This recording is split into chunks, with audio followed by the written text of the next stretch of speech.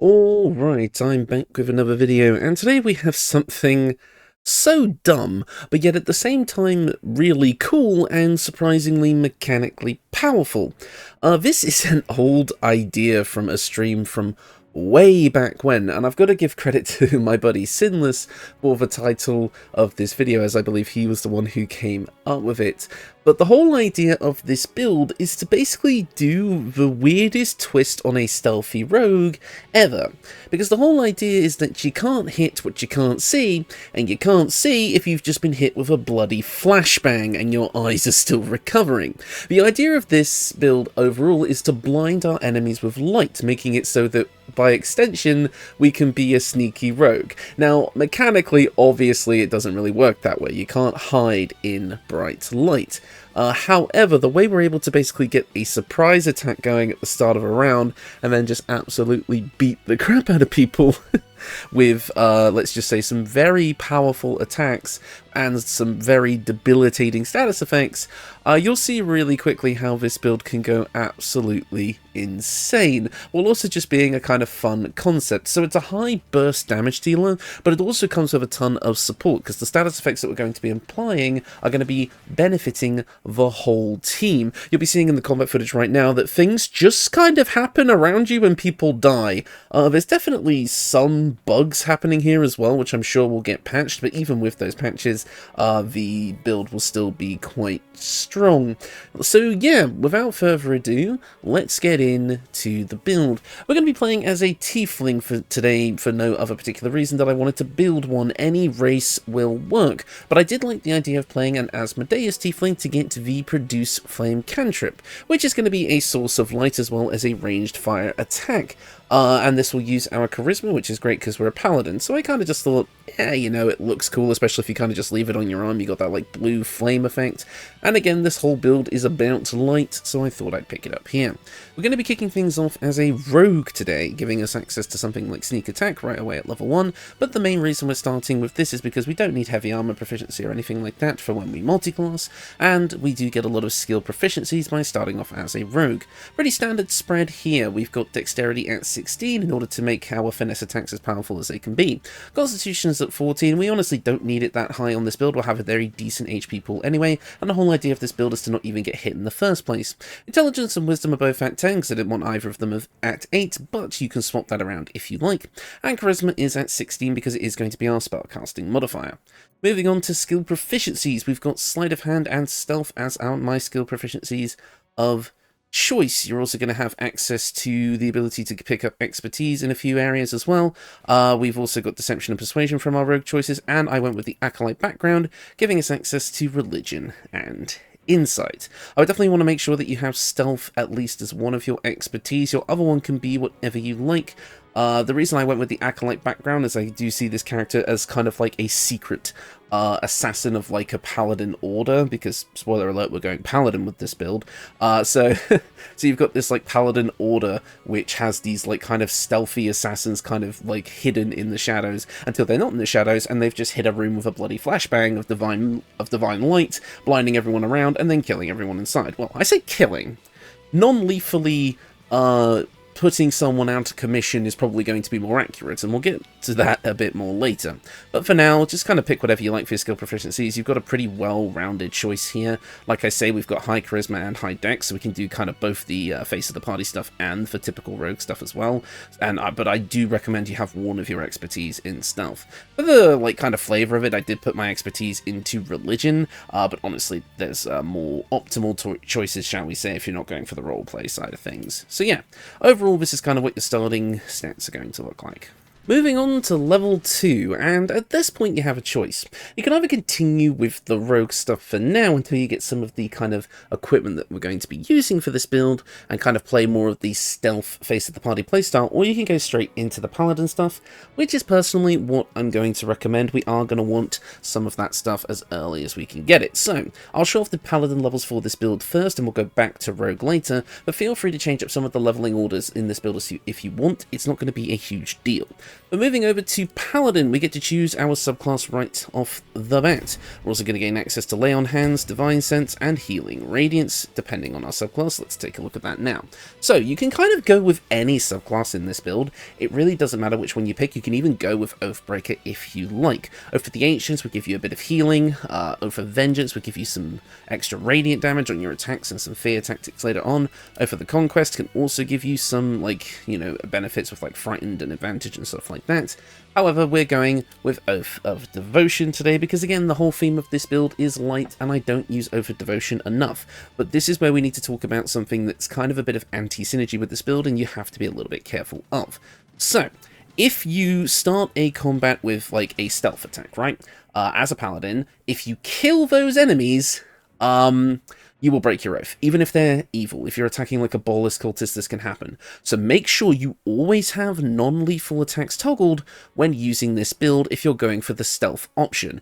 If the enemy engages with you first, it's fair game. But if you go for the sneak attack on your enemy, even if it's like that Goblin Camp in Act 1, you know these guys are evil, it will potentially break your oath. Now, don't get me wrong, that's only if you're desperate to keep Oath of Devotion. Oath of Vengeance, for example, doesn't have this issue, and Oathbreaker, like I say, will still work for this build, so it's a very quick way to break your oath. Basically, what I'm trying to say here is, if you want to keep as on theme for this build as possible, go with Oath of Devotion, but really anything will work. Don't worry too much about breaking your oath. But at level 1 of Oath of Devotion, we're going to get Holy Rebuke, allowing us to give an ally a vengeful aura that will retaliate with radiant damage in any time they are hit with a melee attack. If you use this and gain some sort of advantage out of it in your entire playthrough, I will honestly be surprised. If that's ever happened to you, let me know in the comments below. At level 2 of Paladin, we're going to get the best feature in the game, Divine Smite. It's one of the biggest straight damage boosts in the game, adding an extra 2d8 radiant damage at the cost of a spell slot. Now, for those of you that don't know or haven't seen my previous videos where I've used Rogue Paladin, yes, Divine Smite works with Sneak Attack, and you can actually combine the two into a single hit if you set it up correctly, which is where a lot of the big damage from this build comes from, especially if you score a critical hit. I've got some older videos that are on the channel, like my Minthara ones and such like that, where I've done this deadly combination before, so if you want to see that a bit more optimized, go have a look at those videos.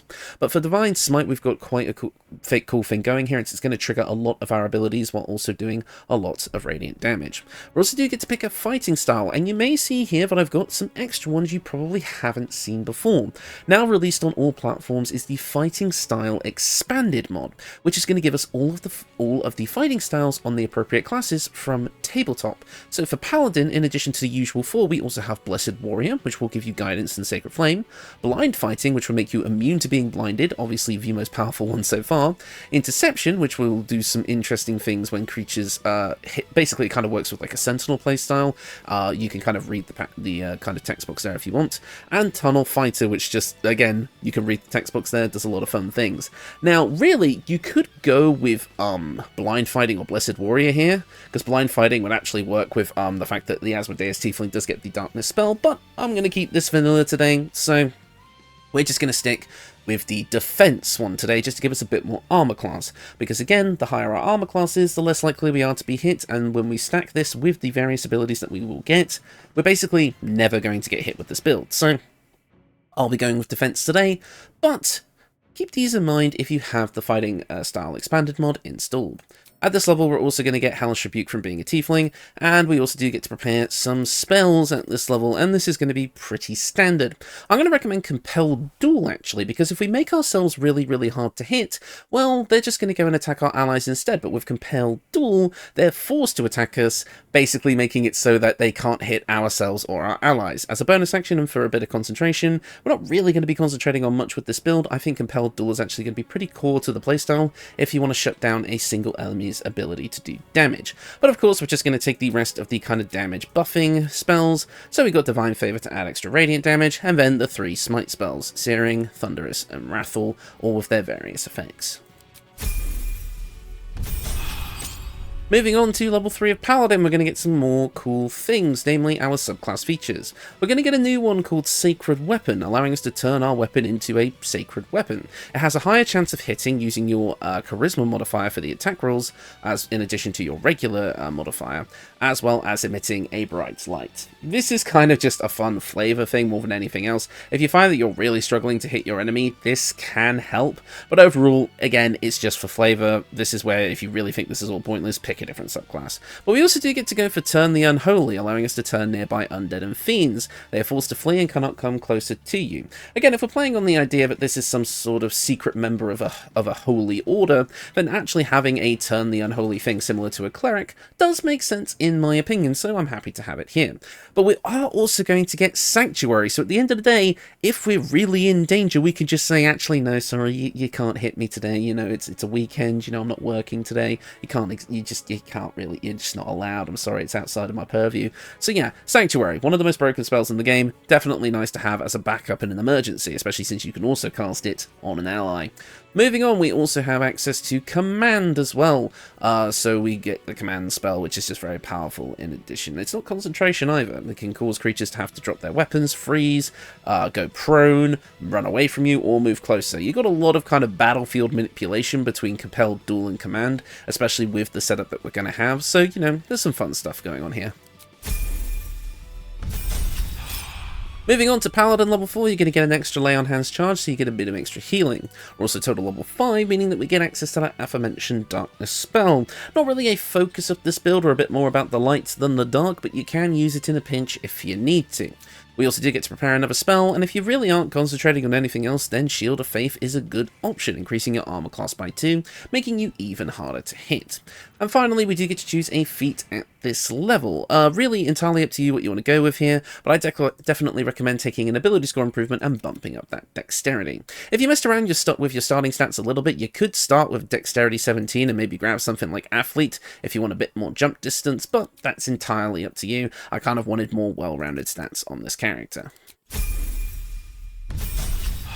And finally, at Paladin level 5, we get what we're actually here for, extra attack.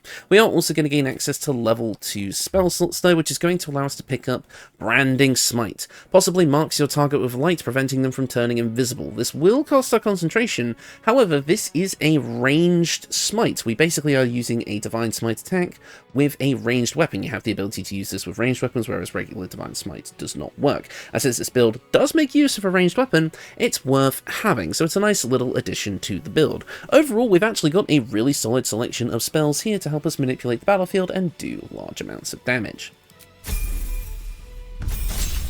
Now, normally most people would go to level 6 of Paladin for this beautiful aura of protection, but unfortunately we're not going to be doing that today. I've got some stuff that I want from Rogue, so we're going to head back over to that for the rest of our levels. Like I say, if you want to get some of the Rogue stuff a bit earlier, especially the subclass, which is actually going to be cool to the playstyle, you might not want to take the Paladin stuff as early. But I'll show you kind of what this build is all about, and you can kind of decide that by the time we reach the end. But at level 2 of Rogue, you're going to gain access to the Cunning actions, allowing you to hide, dash, and disengage as a bonus action. Dashing as a bonus action is always great on a melee character, so I'm happy to have that here. Moving on to Rogue level 3, we get to choose our subclass. Now you may be thinking, well of course he's going to go with Thief, he always goes for Thief, or maybe even Arcane Trickster for the additional spell slots. No! Today we're going with Assassin. Assassin is going to give us access to a unique interaction with this build. Basically, Assassin is going to come with a few things. Any successful attack roll against a surprise creature is automatically a critical hit. That means that our big sneak attack Divine Smite that we're going to do right at the start of combat to basically start the initiative is going to deal an insane amount of damage. Most likely one-shotting anything that we hit, because it's going to do max Divine Smite damage and max sneak attack damage. So overall, we're just going to kill someone right off the bat. Well, not kill, non-lethally knock on the floor. Very important, we don't want to break our oath here. We're also going to be using Assassin's Alacrity to restore our action and bonus action immediately at the start of combat. So as soon as we've bopped someone on the head with a guaranteed critical Divine Smite, sneak attack, whatever the hell it is, you are going to be able to go straight over to the next guy and deal your full turn's worth of damage. So 2 more Divine Smites through attack and extra attack, then a bonus action attack, which we will also have access to as well. So between these 2 abilities, you're going to have one of the biggest Nova rounds of damage at the start of combat out of any of my builds. And again, you'll be spreading certain status effects which are going to benefit the whole team, giving your enemy team a massive disadvantage. We also have Assassinate Initiative. You are the deadliest against unprepared enemies. In combat, you have advantage on attack rolls against creatures that haven't taken a turn yet. That helps with getting us our sneak attack Divine Smite combo as well, so you're pretty much just going to, like I say, be running around the battlefield doing massive amounts of damage on that first round of combat. So definitely want to make sure that we're getting all of these abilities at some point. Like I say, if you're kind of happy with Divine Smite kind of at the lower levels and you want to grab Assassin earlier, you totally could. Just be aware that you'll have less spell slots overall. But the way Assassin synergizes with Paladin is very, very fun, so I highly recommend it. At Rogue level 4, you're going to get to choose another feat, and at this point you have a choice. If you find you really are using a lot of the Paladin-based stuff, you can bump up your Charisma to an 18 for kind of a decent, like, kind of equal spread between Dexterity and Charisma. But if you find you're not really using stuff, that sort of thing, that much, you can go for Dexterity instead, bumping that up to a 20 to maximize your damage and attack roll chance. So it's entirely up to you. In my testing, I went for something a bit more balanced. I went for Charisma and Dexterity, and it worked out pretty nicely for me, but feel free to change that up. At Rogue level 5, we're going to gain access to Uncanny Dodge. I believe this is once per short rest. Whenever an attack hits you, you only take half the usual damage. So it gives us a bit of tanking, which is quite nice on the off chance that we do actually get hit.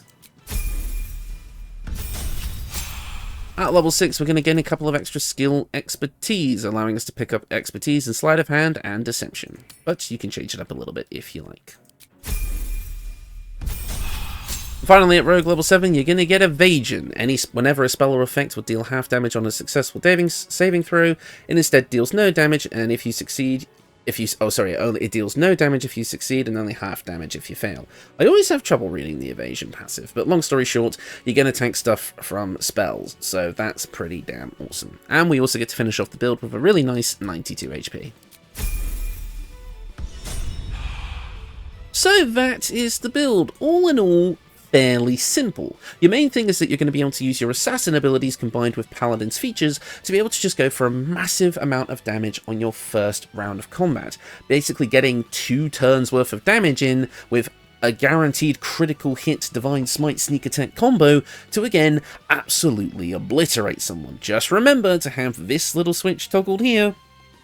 Otherwise, you're gonna break your oath. But again, you might want that because Oathbreaker also works very nicely with this build. Like I say, any Paladin subclass will, so feel free to chop and change with this one. But like I said, the whole theme of this build was light, so I went with Oath of Devotion. And like I say, you've got a pretty decent skill set as well. The amount of battlefield control you're actually going to have with this in addition to your damage output is going to be quite surprising. But none of this is really going to make sense until we talk about the equipment. Now, long-time fans of the channel will actually recognize this equipment loadout. It's actually pretty much exactly the same to an equipment loadout I used for my Lathander Deity build, in which that build was obviously also focused on light as a whole.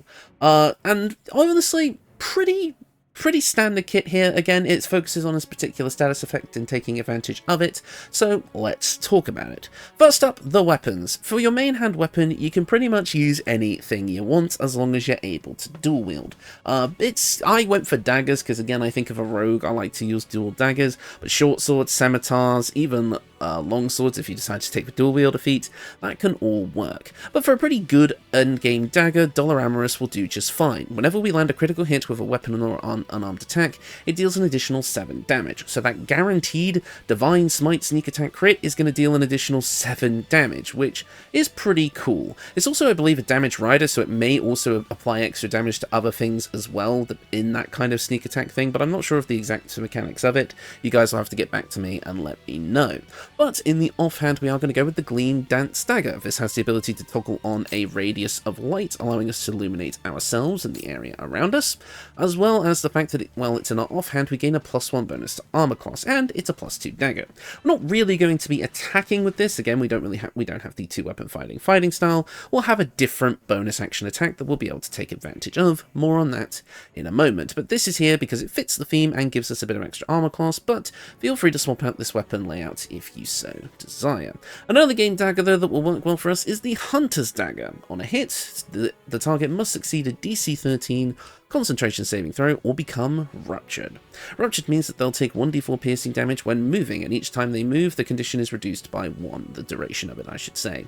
Overall, pretty fun early game dagger. It's nice to just find anything that isn't just a base level basic dagger in the early game. The Susa dagger can also work. There's also the Ritual dagger in the Goblin camp, so feel free to pick and choose what you want, but the Hunter's dagger is something I've never really recommended before, so I thought I would show it off today.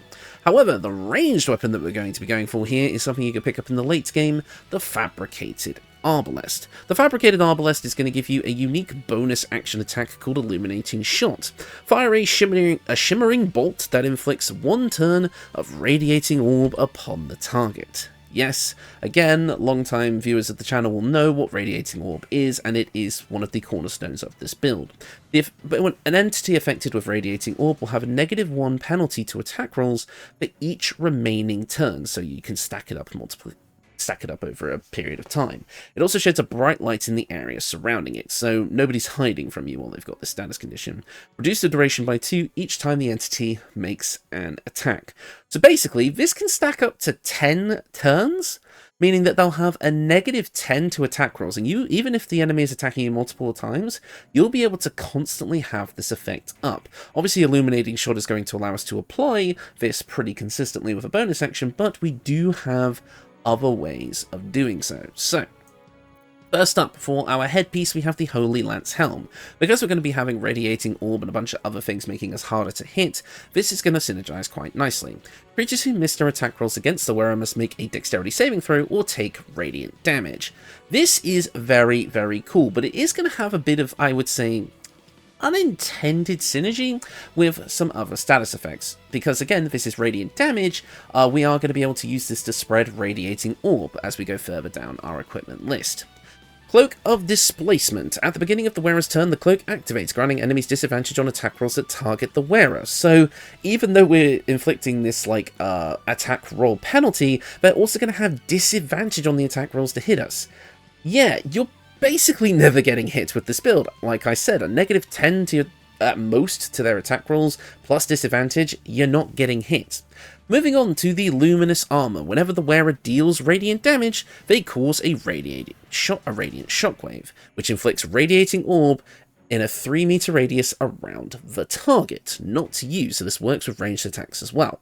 Basically, this means that first attack you're going to be doing in the middle of a group of enemies is going to inflict Radiating Orb to all of them, meaning that they're instantly going to have that penalty and acquire that status effect. And because this happens whenever you deal radiant damage, this synergizes with the Holy Lance Helm and obviously Divine Smite, etc. Because with the Holy Lance Helm, if someone misses you, they take radiant damage, meaning that they're going to have Radiating Orb applied. So even though the Radiating Orb is removed upon attacking, they're instantly going to get it back, creating an infinite feedback loop of Radiating Orb. And that's just from the Luminous Armour, and that spreads it out across multiple enemies. If we also pop on the Luminous Gloves, which gives a single target 2 turns of Radiating Orb upon dealing radiant damage to them.